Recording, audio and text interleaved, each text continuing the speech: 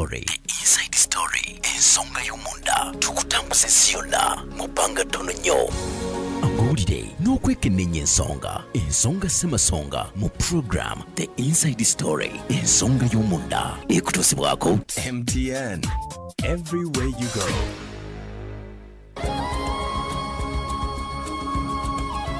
Semazinga wa mwana wa muddugavu Africa ekitundu eky'obugwanjuba West Africa.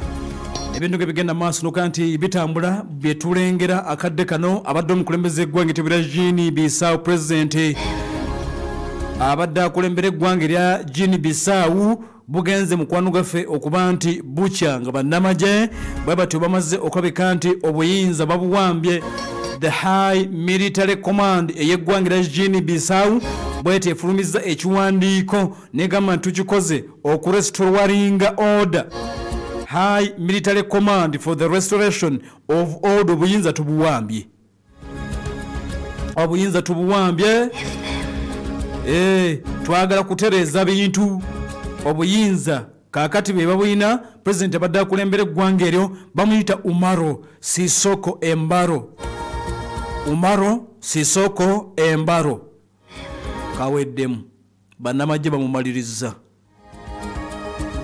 Bannamagye bagenze maaso n'okeka nti bamumaliriza newankubadde ng'omukago gwa ECOWAS gugambye nti bo bakkiririza mu Embalo.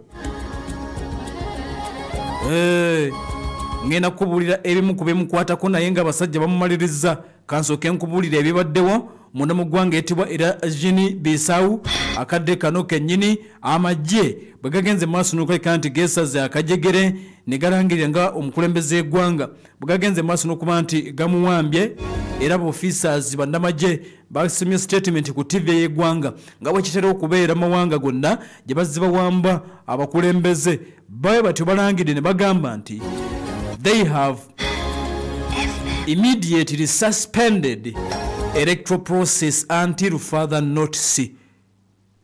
Ebyokulonda byonna babiyimiriza.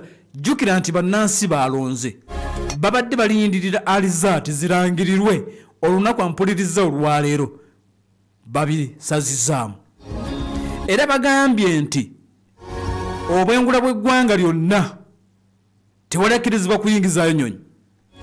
Ekiwandiiko ne kigamba nti all land, air and sea borders zigaddwa and an overnight curfew bwe buziba muyingire mu nju. Okusooka wabadde okubatuka okw'amasasi ku ofiisi z'akakiiko ak'ebyokulonda. Ofiisi z'akakiiko ak'ebyokulonda emmundu weesoosa okulabika nti evugira. Then oluvannyuma olubiri lw'omukulembeze w'eggwanga nawo kumpi awo wawuliddwawo amasasi nga gaseka.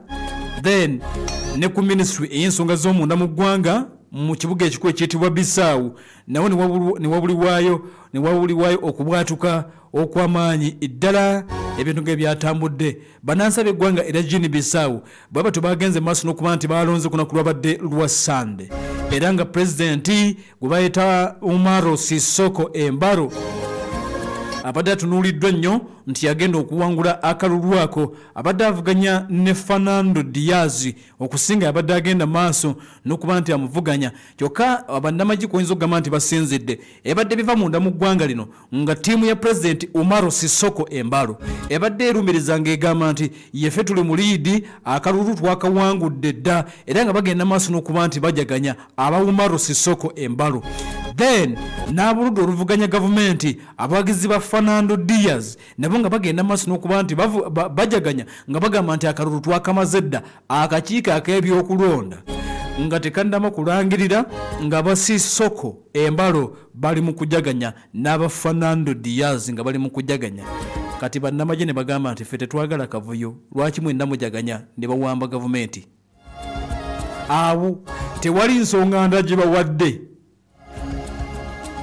Bawambye gavumenti tewali nsonga ndala gye bawadde. President awambiddwa kubanga abadde incumbent yadde nga badde mu kalulu. President incumbent Omaro aba omukutu ogwetibwa France 24 bamukubidde essimu yamugamba nti owaye kye kiriwo n'abagamba nti bannange I have been deposited abasajja bampambye era akadde kano ndi ku General Staff Headquarters wendi basajja bampambye takirumyemu akakasiza nagamba nti mpambiddwa.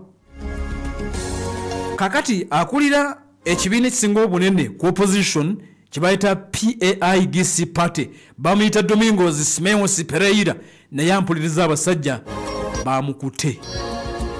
Abasajja bamukutte, gavumenti bagiwambye n'aboduvuganya gavumenti nabo ne babakwata. Tutegedde nti Dennis Nchana bamuyita Dennis Nchana oba Nkana yakulembeddemu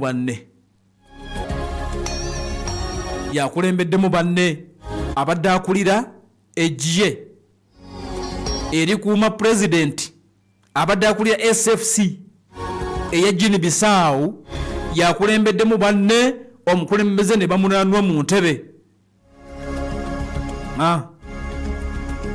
amuwambi. Guinea Bissau wabaddeyo okuwamba obuyinza okuva at least lwafuna obwetwaza okuva ku Portugal omwaka 1979 kubadde kuwamba buyinza naye mbagambye nti ku mulundi guno ekivuddeko obuzibu kabadde ampuliriza kalulu ekivuddeko obuzibu kabadde kalulu.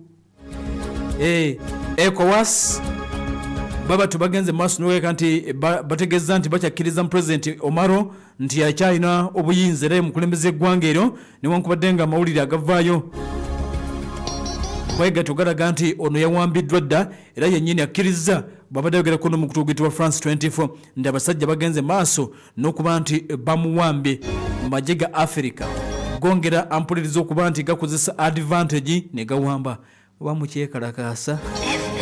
Kati ekyabadde mu ggwanga la Madagascar bo bannansi babadde bakyekalakaasa nti President tumukoye tukoletye amagye ne gayingirawo ne gawamba yabadde Madagascar. Kati ekibadde munda mu ggwanga eritibwa erya Guinea Bissau bano badde bakyerumaruma nti nze nawangudde ng'akakiiko ak'ebyokulonda tekannaba yadde okulangirira amagye ne gawamba. Cameroon si bwe kyabadde newankubadde ng'owuluvuganya gavumenti tekitegeeza nti buli wamu kikola. Cameroon newankubadde nga owuluvuganya gavumenti yasooka okwerangirira amagye tegawamba era akalulu bakalangirira embeera neeterera nedda mu nteeko. Tanzania babadde bagenda maaso n'okugamba nti balonda newankubadde nga abantu basazeewo okwekalakaasa amagye gasazeewo okudda ku sayidi ya gavumenti ne gasooka gatimpula abeekalakaasi. Amagye g'e Tanzania tegawambye wabula gayimiridde ku sayidi ya gavumenti. Kakati ag'e Madagascar jjuuzi gawamba n'amagye kakati gagano gawambye mu ggwanga lya Guinea Bissau ebintu nga bigenda maaso n'okuba nti bitambula. Umaro Mokhtar Sissoko Umaru musajja wa bamuzaala omwaka 1972 bw'atyo yagenze maaso n'okugamba nti awambiddwa Dennis Nkanya kakati nti yamukulembeze ow'eggwanga ono wa myaka 53 Umaru Mokhtar Sissoko Embaro wa myaka 53 egy'obukulu. Ekibiina kye bayita Amademu G15 kyabadde asinzamu okukulembera okuva mu mwaka 2018 obukulembeze ampuliriza buweddewo abasajja kirabika bamaliriza dda okuba nti bamuwamba. Akulembedde eggwanga eryo okuva omwaka gwali gwa 2000 obuyinza yajja n'abufuna jjuuzi mabegaawo mu kalulu akaaliyo mwaka 2019 mu kibiina eky'Amademu G14 yagenda maaso n'okuba nti yasooka n'amalira mu kifo kyali kyakubiri n'ebitundu 27 mu first round.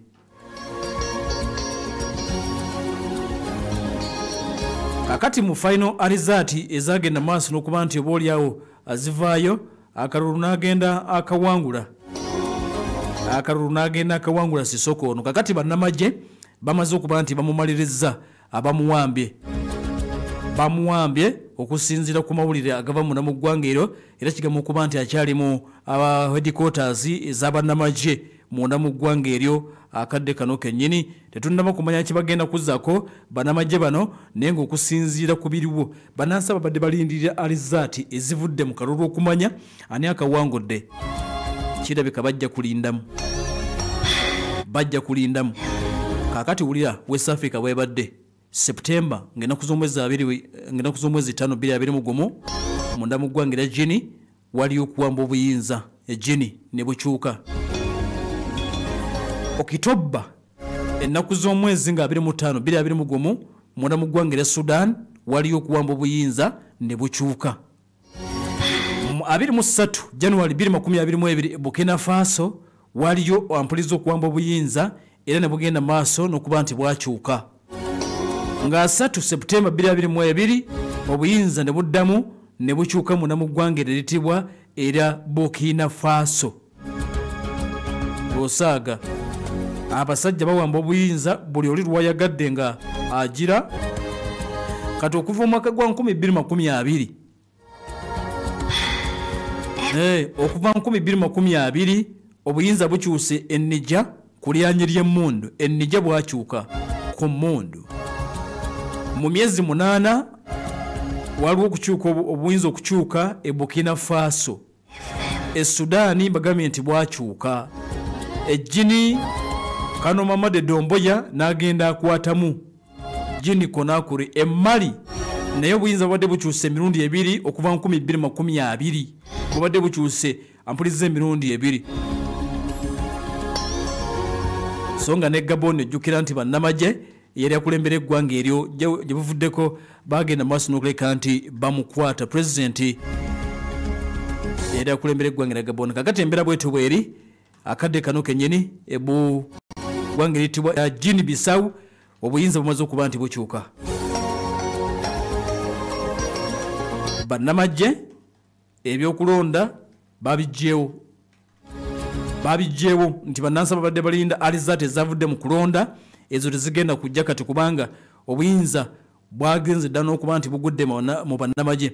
Guinea Bissau oba Republic of Guinea Bissau oggwanga erisangibwa mu kitundu ekyo kya West Africa lyakulembera oggwanga eritibwa erya Portugal mu biseera biri ebyabafuzi ab'amatwale.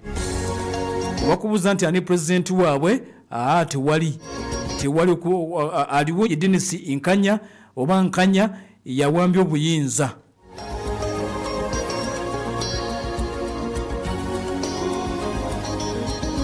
Eggwanga lino lirina abantu nno batono ddala olw'ensonga nti okubala abantu okwasembayo munda mu ggwanga baali abantu obukadde 2.8 ensi ya Guinea Bissau yonna. Uganda tetuli abantu obukadde 45 n'okusoba kati Guinea Bissau gye twogerako eyina abantu baliyo mu bukadde 2.8 beba abantu be bakayanira bonna bakayanira fuga abo bannamagye bawambye eggwanga nga lirimu abantu miliyoni 2.8 bokka bebo ebinaba byongedde okuba nti bivaayo.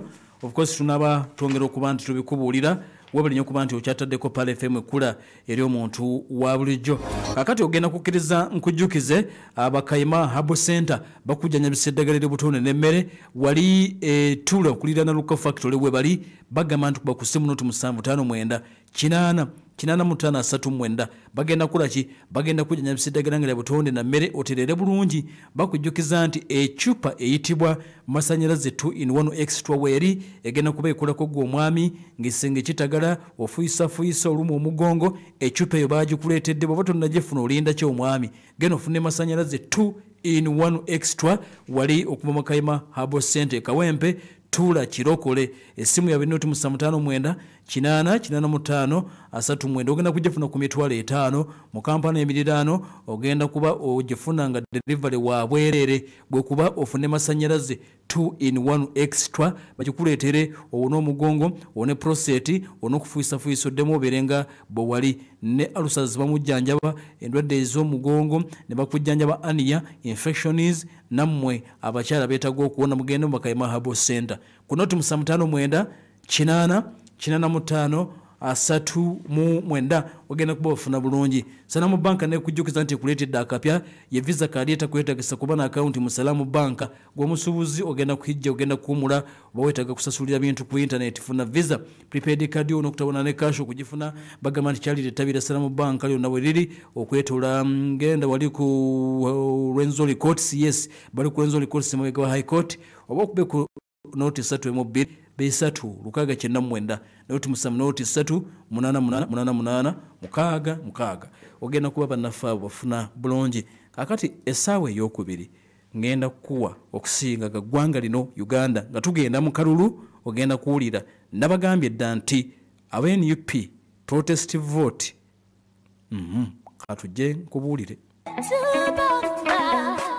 Oli muvuzi wa boda oli Lubyanza oli mu